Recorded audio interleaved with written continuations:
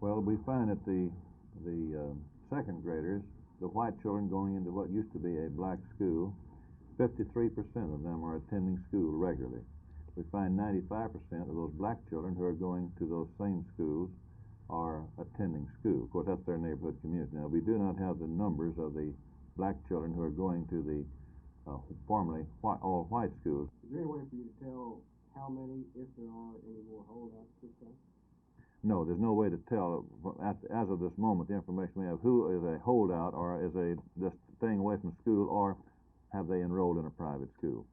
But I don't think anyone is going to hold their child out of school very much longer just out of protest. It's kind of ridiculous because you're actually hurting your child for something that a parent feels strongly about.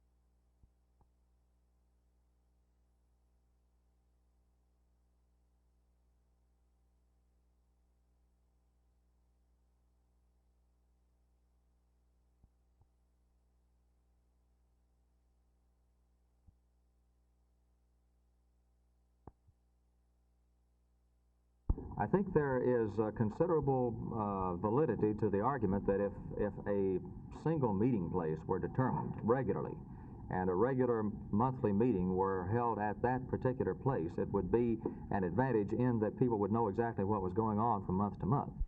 Well, frankly, I'm very pleased. It looks like that the Commissioners Court, the City Council has firmed up and in complete accord.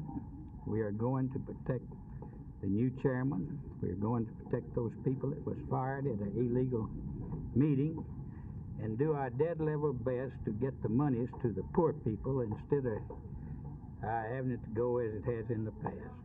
You then will take no action on the request for any dismissals? No, sir. That was an illegal meeting, and when the city and county sponsors this program, and you mean to tell me that these people can come in and fire city councilmen and our people that we've appointed to go on that board is just as wrong as it can be. If I ever had to feel that I've got to be careful about going to a meeting place or any place in the poverty area, then we would have come to a very sorry pass. No, I have no apprehensions at all. In fact, I don't think any of the board members has any reason to be apprehensive about going to a meeting wherever it's called in the city of Dallas.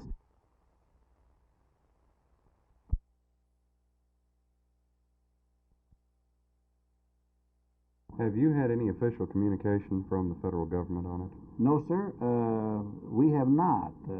We've heard that a statement has been made by the director of the Internal Revenue Service, the district director in Austin, about the fact that we are apparently in violation of it, but no one has communicated with us officially from either that agency or the Office of Emergency Preparedness or any of the other official government agencies. If a government official tells you officially that you are in violation, what will you do? Well, we'll comply immediately. We feel at this point that we're in compliance, but if if we have official notification that we are not complying with the government regulation, we will immediately comply, do what they want us to do.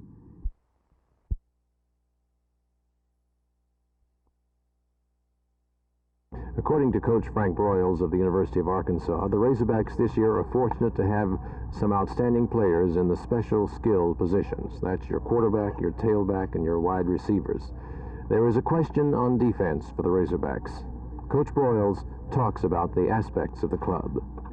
We start with new people. We've changed our offense a little bit, and we've changed our defense a little bit. But I have hopes of having a good football team. I think we've got good players to replace good players with. We're inexperienced. That's where the bugaboo comes in. Well, now, when fans see the Razorbacks play this year, are they going to say, hey, that's not Arkansas? Well, we're going to have a little different type football team. We're going to be operating out of the eye, more or less, and the wishbone from the offensive standpoint. Defensively, we're going to be a lot smaller than we've been in the past. We're going to have probably as much quickness as we usually have, but we won't have the size, and I think that this has been the trademark of the Arkansas football teams up in the last year or two, and I'm looking forward to it. Your specialty skilled players are still the same, are they not? The same ability as you've had in the past?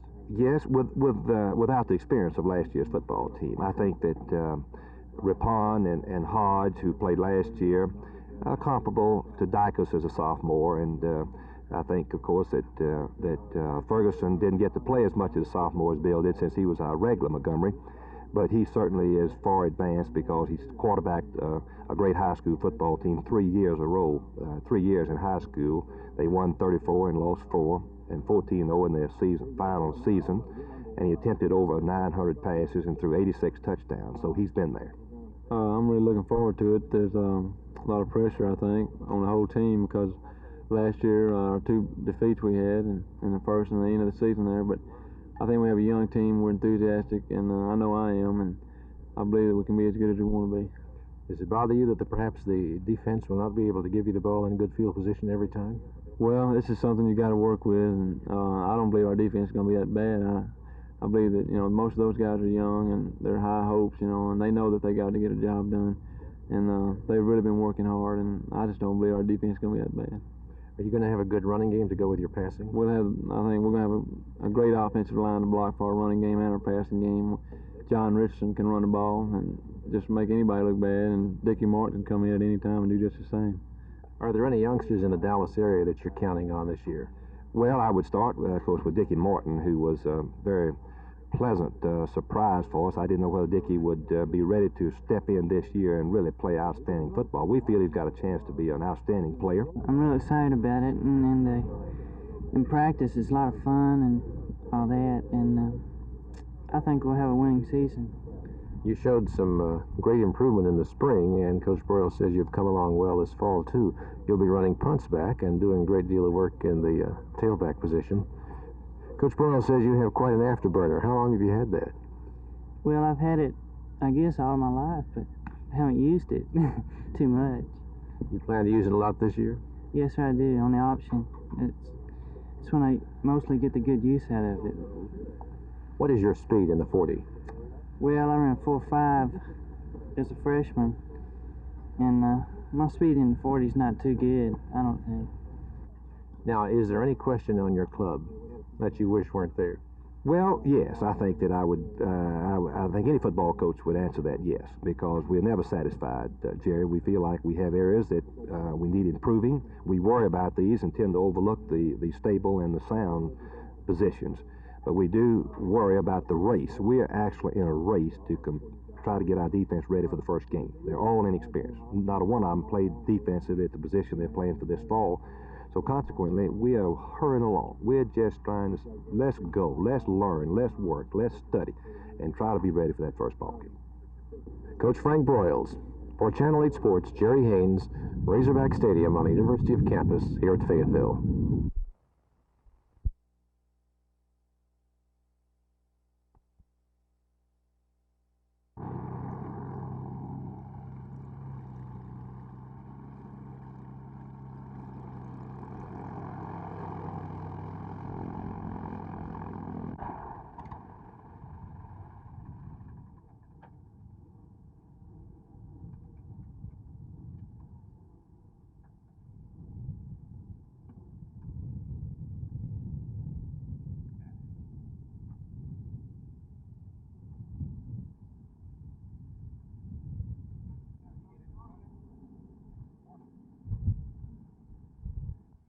rounds in?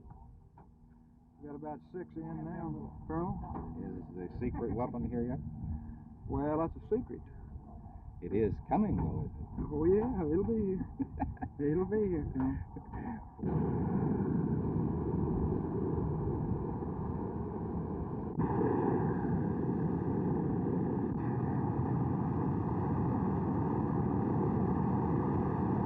This is a North American P-51. It was our greatest fighter during World War II. It's the first airplane the Confederate Air Force acquired, incidentally, and we've had it some 12 years now. This airplane we're looking at is a Lockheed P-38. It was came out during the middle of World War II. It was used extensively in the Pacific and was great against the Jap Zeros because it had twin engines and could always bring the pilot back on one engine even though he'd been in a tough fight. This is a consolidated B-24. It was used by the 8th Air Force out of England to bomb Germany as well as in the Pacific War against the Japanese. It carried a bomb load of about 4,000 pounds for about 4,000 miles. This is the Boeing B-17 Flying Fortress. This airplane was a favorite of all the services during World War II. It was used by the 8th Air Force out of England. It was used in the Pacific Theater. It was used all over the world because of its tremendous ability to absorb enemy firepower and keep going.